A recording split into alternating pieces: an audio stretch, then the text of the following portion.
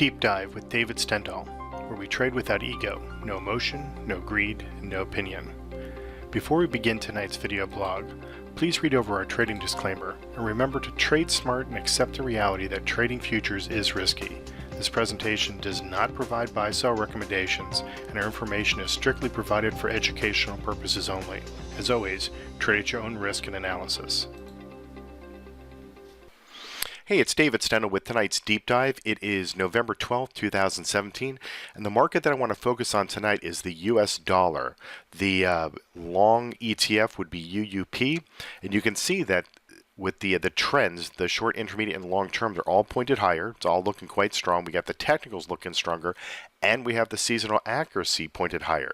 So what's the problem? That's what we're going to take a look at here. It's minor, but it is something that is looming out there. This is a dollar index chart. These are daily bars, and you can see that last week we ran into this resistance level, this magenta color right through here. It's only a 9, but if we connect this with this one over here, you can see that, hopefully you can see this horizontal line, that they're actually basically the same. We've got 94, 98, basically 95 if you will, and we've got for this one 95 even, just about. So 95 is the magic number.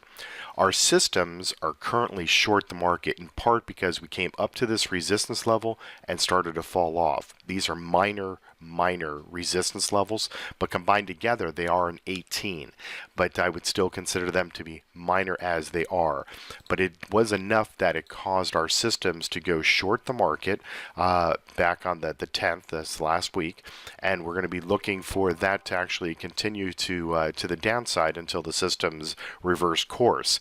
The issue is this, is that the seasonals for the dollar index are quite strong. If we take a look at the 5, the 10, the 15, and 20 years, you'll see that they're all shaded right through here. So I'll run through them very quickly. This is the 5-year. Here's the 10-year, got a shade. 15, shade. And the 20, shaded. If I focus here on the 10 years, you can see that there's a little bit of a bias to the upside. So that shows me that this the short-term sell-off in the market at that resistance level of 95 may not necessarily hold. So here's a projection. If ever you're in the seasonal charts here, you can come right down to our projection area, and what we'll do is we'll take a look at the dollar index. Today obviously is the 12th, and you can see that there should be some type of a surge here over the course of the next, say, 20 days or so. This is a 21-day projection, so it's short of that, but you can see that there's a bias to the upside. The other thing that I'll point out is when we look at the sector as a whole, all of the currencies that we actually track, that you'll see that the dollar index, along with the euro, the Canadian, and the British pound, they all have seasonal high accuracy right now.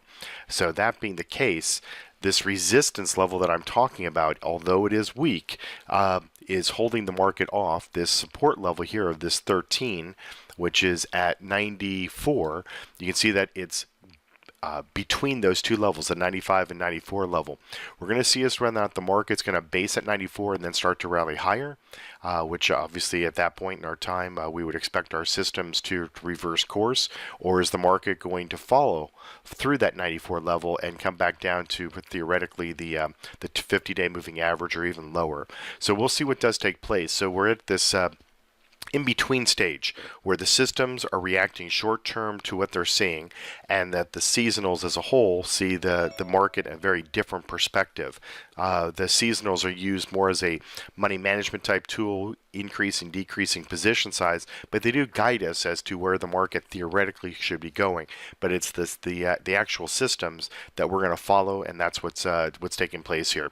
So the key to this particular deep dive is the 95 level. That's what I want you to watch. And if the market should continue to fall to the downside, then we're going to be looking at 94 even, and we'll see just how far the market can fall from that standpoint. But do watch the systems carefully, and from that standpoint, we'll take a look at another market tomorrow.